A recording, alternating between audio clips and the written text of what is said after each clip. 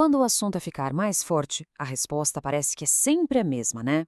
Mas, e se um pequeno ajuste no exercício pudesse dar um gás nos resultados sem precisar pegar um único peso a mais? Vamos dar uma olhada na ciência por trás de uma mudança que parece simples, mas que tem um impacto, olha, surpreendente.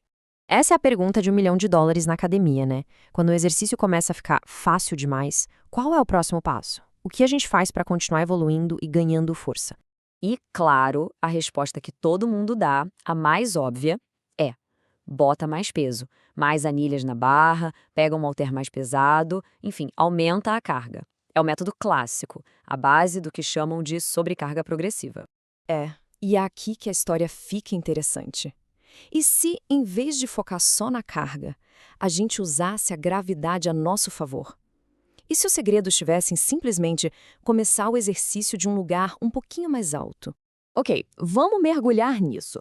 Um grupo de pesquisadores na Turquia resolveu investigar exatamente essa questão.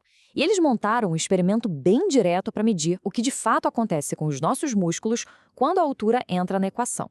O exercício que eles escolheram para testar isso foi o afundo com queda ou drop lunge. A ideia é bem simples. Em vez de começar com os 2 pés no chão, a pessoa começa em cima de uma plataforma, um step, e dá um passo para frente, caindo no afundo. Tem que controlar essa descida e depois explodir de volta para cima. E olha só como foi o estudo. 23 atletas fizeram o movimento começando de 3 alturas diferentes. Primeiro, do chão mesmo, nível 0.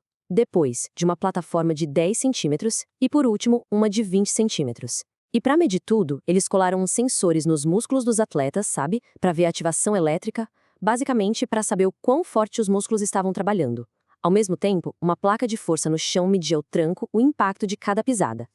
Então, com tudo medido, a grande pergunta era: será que essa pequena diferença de altura ia fazer alguma diferença de verdade nos resultados? E a resposta, gente, foi um gigantesco sim. Pois é, parece até bobagem perguntar, né? Será que uma coisinha simples como um step de 20 centímetros podia mesmo mudar a forma como os músculos reagem a um exercício tão básico como o afundo? Fizeram e como? O primeiro resultado, claro, veio daquela placa de força.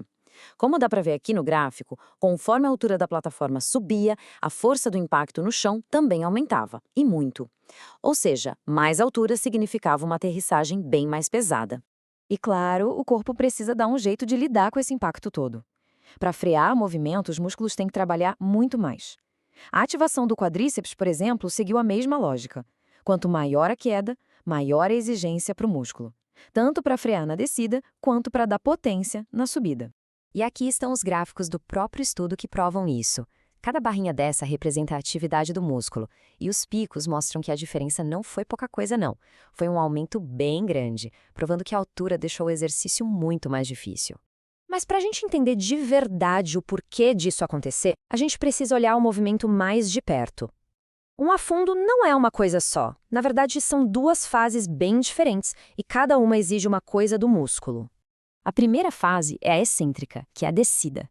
É aqui que os músculos funcionam como freios, se alongando enquanto estão sob tensão para controlar o movimento e absorver o impacto.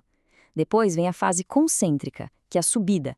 Essa é a parte da potência, onde os músculos se encurtam para gerar força e empurrar o corpo de volta para cima. É como frear e acelerar. E aqui vem o pulo do gato. Apesar da ativação muscular ter aumentado nas 2 fases, a maior mudança de todas aconteceu na hora de subir, na fase da potência. A ativação do músculo posterior da coxa, por exemplo, aumentou absurdos 96,1% na subida, partindo da plataforma de 20 centímetros. É uma diferença gigantesca, simplesmente pela necessidade de gerar mais força. Tá, mas e aí? O que a gente faz com essa informação toda? Vamos ver como é que essa descoberta da ciência pode se transformar em algo prático no treino do dia a dia. A conclusão é bem clara. Aumentar a altura da queda é uma forma super válida de dificultar o exercício para os músculos. Isso força eles a aguentarem mais impacto e a gerarem mais potência. É uma maneira de ganhar força nas pernas sem precisar adicionar mais peso. E não é só isso. Também desafia o equilíbrio e o controle do corpo, o que deixa o exercício mais completo e funcional. E isso tudo leva a gente a uma reflexão final. A pesquisa focou no afundo, mas o princípio por trás, quer dizer, usar a altura para brincar com a gravidade e exigir mais dos músculos, isso é universal. Então fica a pergunta no ar. em que outros exercícios do nosso repertório, sei lá, de agachamentos a flexões, um simples ajuste na altura poderia destravar um novo nível de dificuldade e de resultado.